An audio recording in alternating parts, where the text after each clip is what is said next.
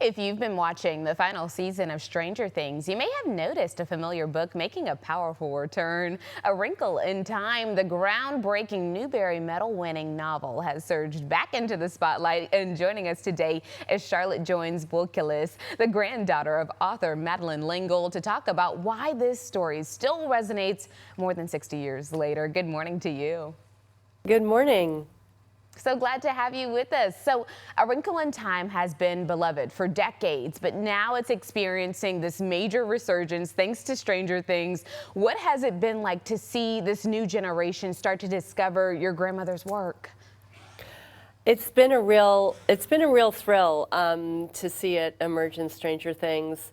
I had no idea that it was going to play such a role in this final season, and the way they used it is so clever, I think, because for Holly, the character that is reading the book, it really becomes an interpretive device for her. It helps her understand the upside down and Henry Creel's mind and what she might need to do to save herself. And so it really, it's very meta in that it acts as the way a book should, and the best books do. It helps give tools and helps kids understand the world they're living in.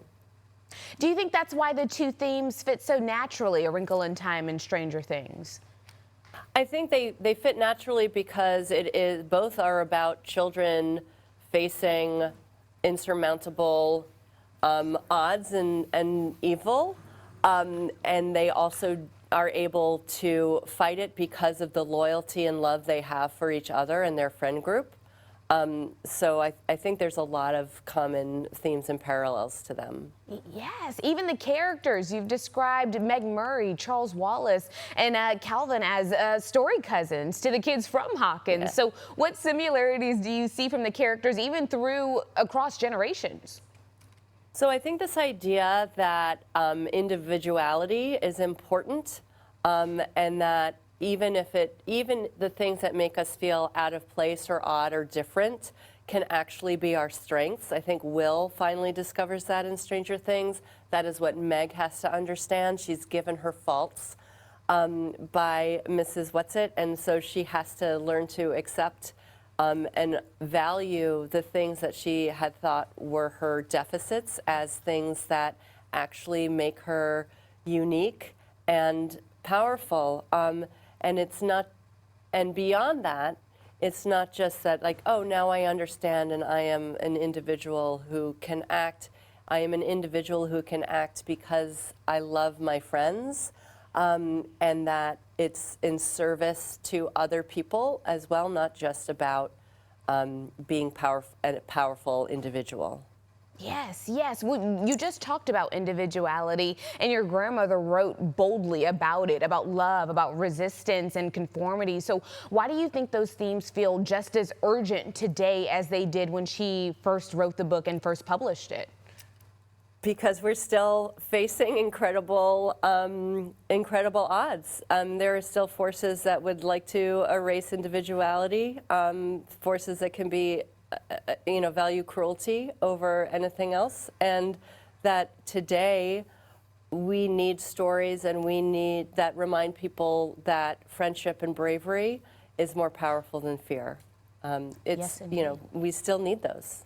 Yes, indeed. Okay, so for the people who are still finishing Stranger Things, without giving away too much, does the ending of A Wrinkle in Time offer any clues about what's coming in the Stranger Things finale? Well, I think the ending of Stranger Things, again, I won't do any spoilers, was a real gift to the fandom because they did a really wonderful job wrapping it up, but also leaving things open. I think one of the things that they share in common is this idea that evil can be vanquished, but it's not going to be a triumphal vision, that there is pain and sacrifice involved in that, but that what matters is that we find each other and we learn that we have the tools to do it again, because we'll probably have to do it again. Yes, indeed. Well, I can only imagine the pride that you have in the fact that your grandmother's book is still doing absolute numbers. I mean, the legacy that it now carries. My goodness. Thank you so much, Charlotte, for coming on, talking to us about it. And you guys at home, you can find A Wrinkle in Time where all books are sold, so you can get a little bit of behind the scenes and the connection to Stranger Things as well. Thank you so much, Charlotte. Thank you, Erin.